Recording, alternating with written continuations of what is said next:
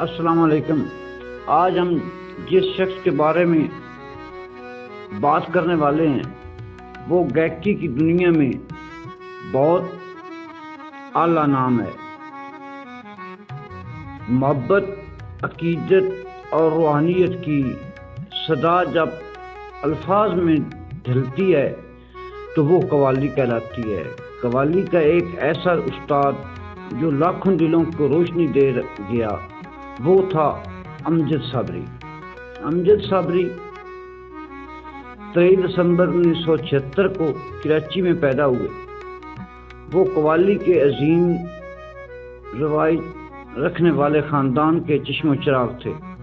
ان کا والد غلام فرید صابری اور چچا مقبول صابری دنیا بھر میں صابری برادری کے نام سے جانے جاتے تھے۔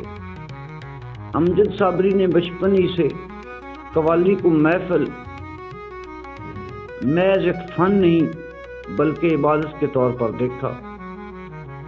والد کی رہنمائی اور گھر کے ماحول نے انہیں بچپن سے ہی صوفیانہ کلام سے جوڑ دیا۔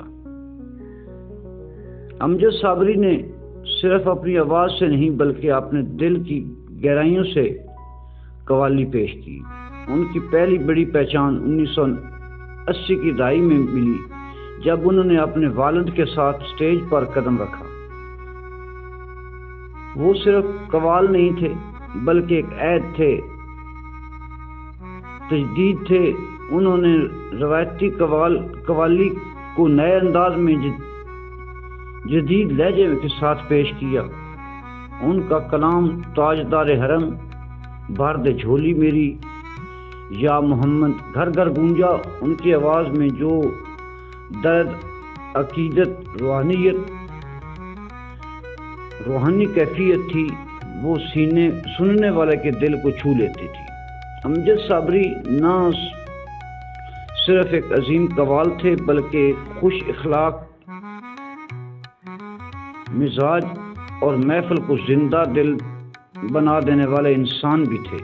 ان کی محفل میں سنجیدگی بھی تھی، مزاحیہ بھی تھی، سب سے بڑھ کر محبت تھی۔ لوگ کہتے ہیں کہ محفل میں آتے تو سب کے چہرے پر مسکراہٹ لے آتے۔ امجد صابری نے قوالی کو پاکستان کی سرحدوں سے نکال کر دنیا بھر میں متعارف کروایا۔ وہ امریکہ، برطانیہ، مشرق وسطیٰ، کئی یورپی ممالک میں پرفارم کر چکے تھے۔ جہاں گئے پاکستان کے موسیقی کے سفیر بنے۔ 22 جون 2006 کو کراچی کی ایک سڑک پر امجد صابری پر قاتلانہ حملہ کیا گیا۔